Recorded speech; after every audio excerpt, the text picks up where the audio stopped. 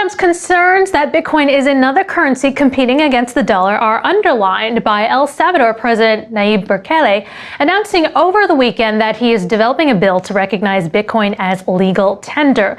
Bukele further tweeting, Bitcoin has a market cap of $680 billion. If 1% of it is invested in El Salvador, that would increase our GDP by 25%. On the other side, Bitcoin will have 10 million potential new users and the fastest growing way to transfer $6 billion a year in remittances. So will this have a domino effect? Well, speculation is that Paraguay may be next to announce a meaningful adoption of Bitcoin following a tweet by a Paraguayan congressman who has the Bitcoin laser eyes. And in it, he says that a new project will begin this week involving Bitcoin and PayPal. So that is Carlos Reala, a congressman from Paraguay. And joining us now to discuss is Avik Roy, president of nonpartisan think tank, the Foundation for Research on Equal Opportunity. Welcome, Avik. Hey, Christine.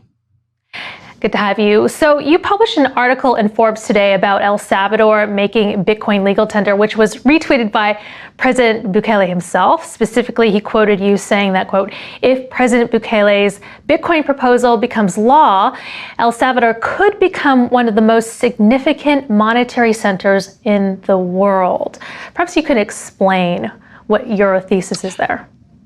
Yeah, Christine, I mean, I would say that this is the most important crypto story of the year. It's more important than Elon Musk's tweets. It's more important than Michael Saylor. It's more important than DeFi. This is something that I think most of us who follow this space and have followed it for a long time didn't expect to happen for another 10 years. And so accelerating the development of the whole crypto universe by having a sovereign nation state deem or decree that Bitcoin will be legal tender in the country, it does an enormous amount for the global financial system, along with the country of El Salvador, which is obviously very important to President Bukele. Mm-hmm. And that's what I talk about in the article. I talk about both points, right? Both what it will do for El Salvador as a country, but I think the most significant part for U.S. and other international observers is what it could do for the global financial system.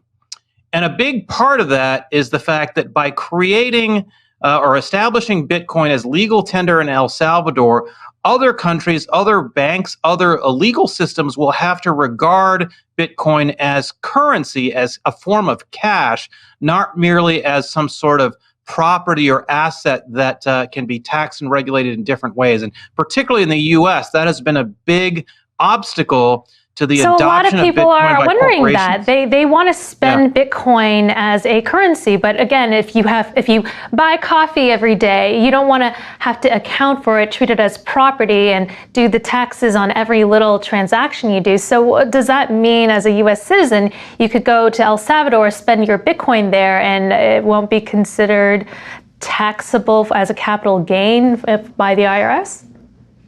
Well, it's a lot more complicated than that, but I think the bottom line is to say that it will definitely be a lot simpler, and a lot will depend on how the IRS evolves its guidance and its regulations and its thinking to account for the fact that Bitcoin will now be a sovereign nation state's currency.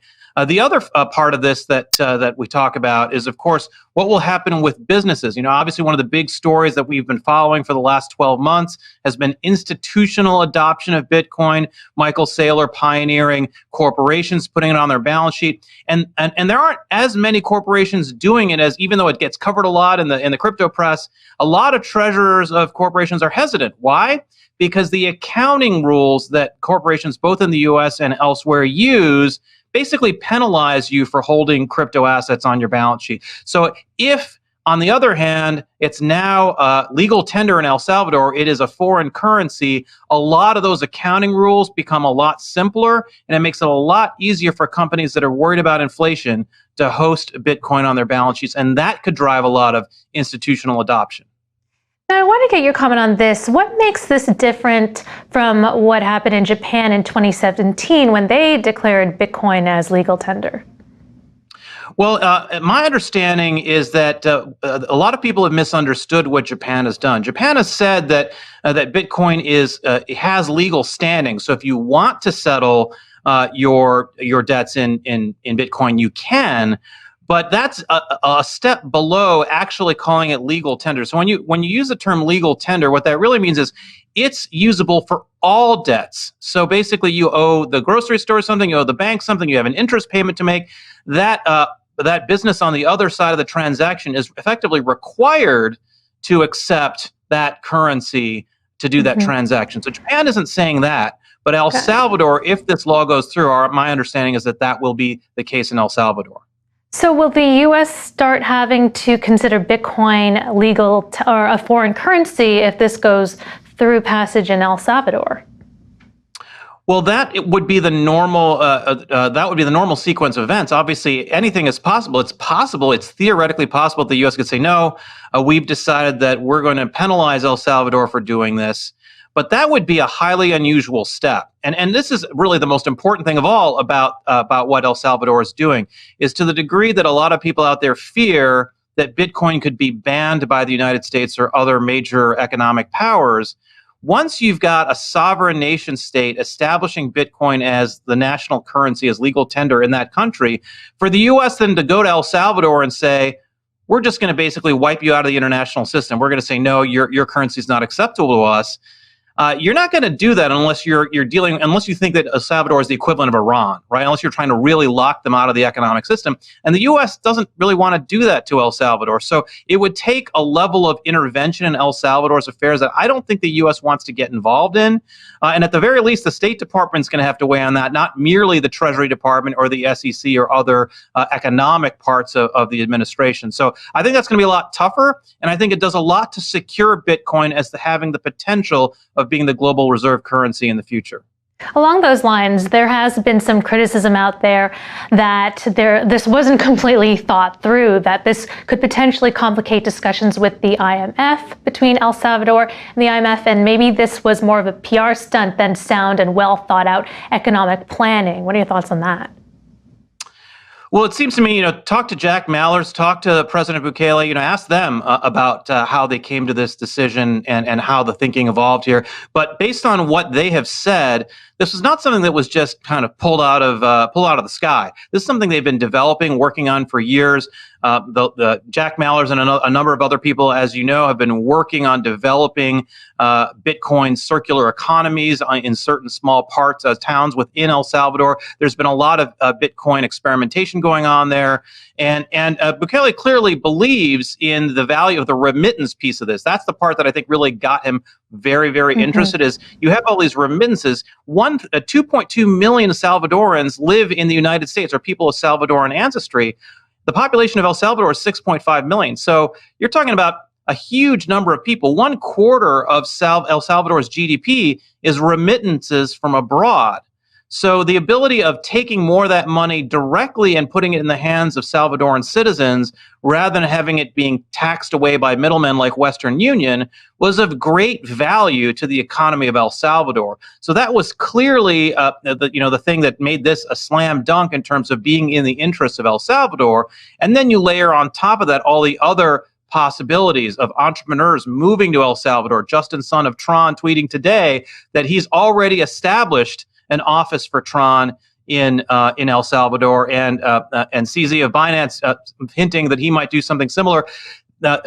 You could imagine in 20, 30 years that El Salvador is the Monaco or the Cayman Islands of Central America.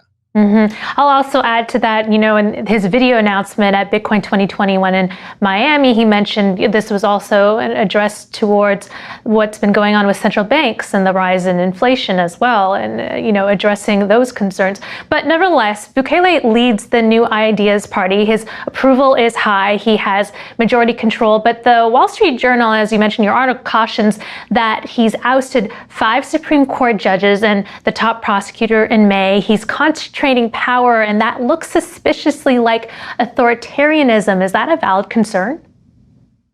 Yeah, I spent some time digging into this over the weekend in the course of reporting the story for Forbes. And look, Mary Anastasia-O'Grady, who wrote that article in the Wall Street Journal, she's a Latin American expert. She knows a lot. Her opinions need to be taken seriously.